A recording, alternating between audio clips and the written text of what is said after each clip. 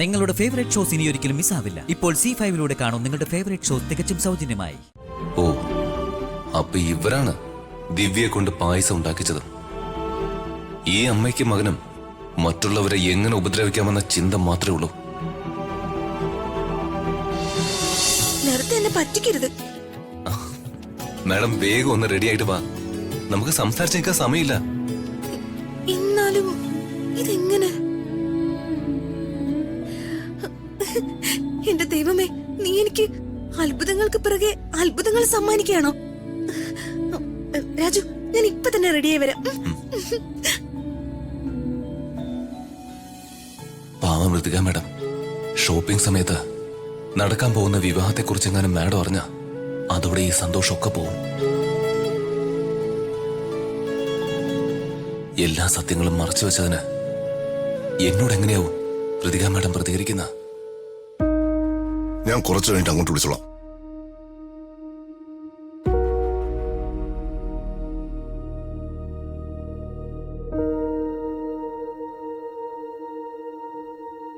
Sir, എന്താ ഇത്? പായസം. എന്ത് പായസം? പാൽപായസം.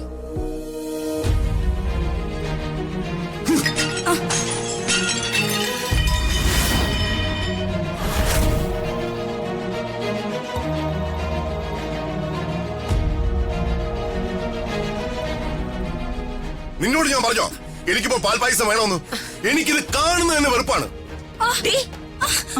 അയ്യോ, ഒരു വീട്ടിൽ ജോലിക്ക് വന്നു കഴിഞ്ഞാ അവിടെ ഉള്ളവരുടെ ഇഷ്ടാനിഷ്ടങ്ങൾ ആരോടെങ്കിലും ചോദിച്ച് മനസ്സിലാക്കണം. മാഡം, മിണ്ടിപ്പോകരുത്, കേറി പോടിയാത്ത്.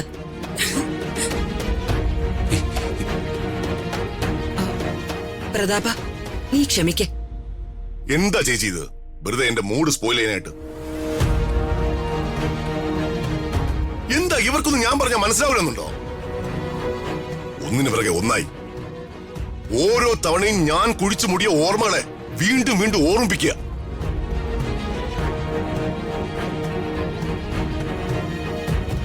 ഇപ്പതാ പുതിയ സർവന്റും. ഞാൻ ഇനി എവിടേക്കുമില്ല.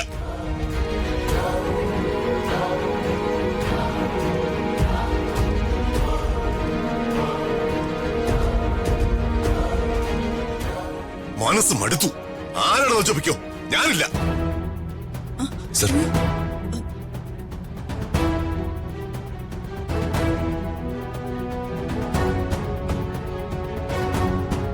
പ്രതാപേട്ട, ഷോപ്പിങ്ങിന് എത്താന്ന് ശ്രീകലേച്ചിയുടെ ഹസ്ബൻഡിനോടും പറഞ്ഞിട്ട് പ്രതാപേട്ടൻ വന്നില്ലെങ്കിൽ അവരെന്ത് വിചാരിക്കും? പിന്നെ സെർവന്റ് ദിവ്യ, അവള് പുതിയ കുട്ടിയല്ലേ, അറിയാതെ പറ്റിയതായിരിക്കും. ഷോപ്പിങ്ങിന് പ്രതാപേട്ടന് വരണം, അല്ലെങ്കിൽ മോശമായി പോവും.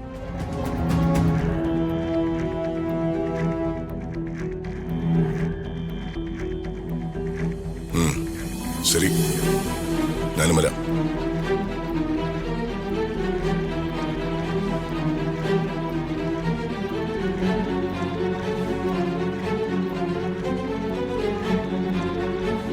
ചേച്ചി നിങ്ങൾ റെഡി ആയിരിക്കുക, ഞാൻ കാറിന്റെ കീ എടുത്തിട്ട് വരാം. ശരി രാജു, മോളെ വേ റെഡിയാവാ, വാ.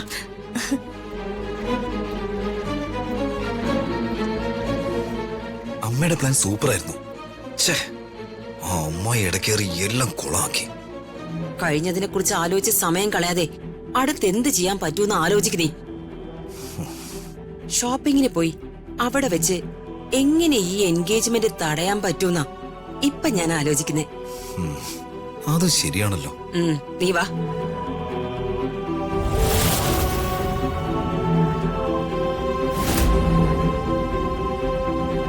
ഓ, അപ്പൊ ഇവരാണ് ദിവ്യയെ കൊണ്ട് പായസം ഉണ്ടാക്കിച്ചത്.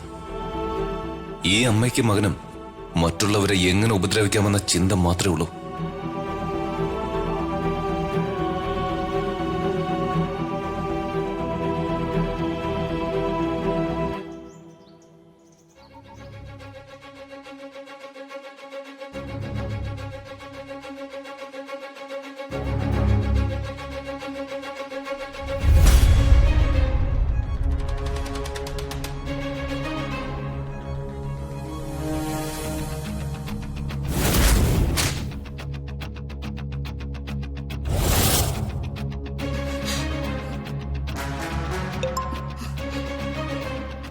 ഹരീഷിന്റെ മെസ്സേജ് ആണല്ലോ.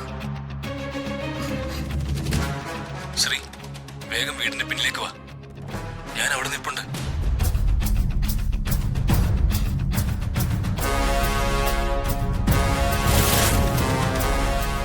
എല്ലാം നിന്റെ വീട്ടിലറിഞ്ഞ ദിവസം തന്നെ ഞാൻ നിന്നോട് പറഞ്ഞതല്ലേ ശ്രീ, നമുക്ക് വേറെ എവിടെയെങ്കിലും പോയി ജീവിക്കാന്ന്. അതൊന്നും ശരിയാവില്ല ഹരീഷ്. ഞാൻ എന്താ പിന്നെ ചെയ്യണ്ടേ? നീ തന്നെ പറഞ്ഞതാ. എന്താ ചെയ്യേണ്ടെന്ന് എനിക്കറിയില്ല. ഈ ബന്ധത്തിന്റെ അവസാനം എന്താവും ആലോചിച്ചിട്ട് എനിക്കൊരെത്തും പേടിയും കിട്ടുന്നില്ല. നിന്നെ മറക്കാൻ ഞാൻ ഒരുപാട് ശ്രമിച്ചതാ ഹരീഷ്. പക്ഷെ എനിക്കതിന് കഴിയുന്നില്ല.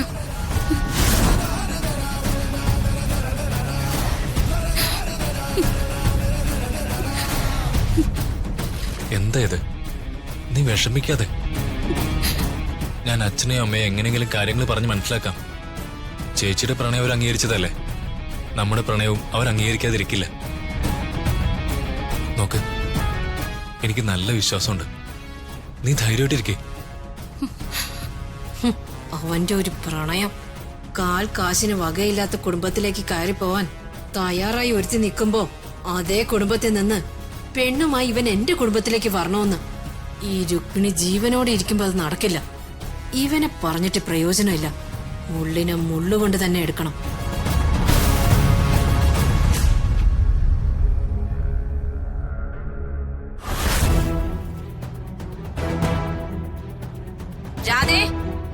രാധമ്മേ, ആ എന്താ ചേച്ചി? എവിടെ നിങ്ങളുടെ മകൾ? ആര്? ശ്രീലക്ഷ്മിയോ? അതെ, അവള് തന്നെ. അവള് ഇവിടെ ഉണ്ടല്ലോ. ഓഹോ, അപ്പൊ എന്റെ വീട്ടിന്റെ മുറ്റത്ത് വന്നു നിന്ന് എന്റെ മകനോട് കൊഞ്ചിക്കൊഴിയുന്നത് അവളുടെ ആത്മാവാണോ?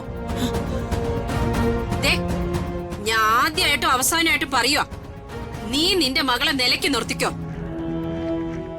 ഇല്ലെങ്കിൽ എന്റെ കൈകൊണ്ടായിരിക്കും അവളുടെ അവസാനം.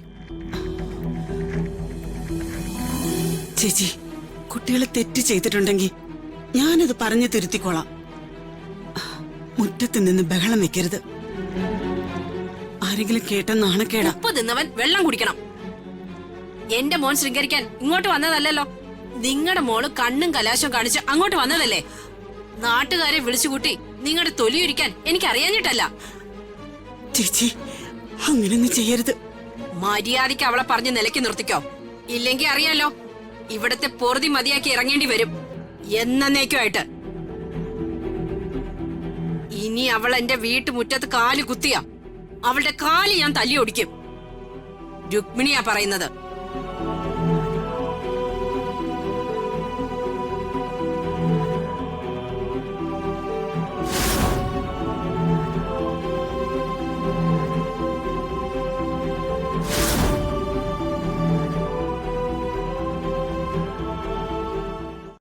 ഡൗൺലോഡ് ചെയ്യൂ C5 ആപ്പ്. കാണൂ എല്ലാ എപ്പിസോഡുകളും സൗജന്യമായി.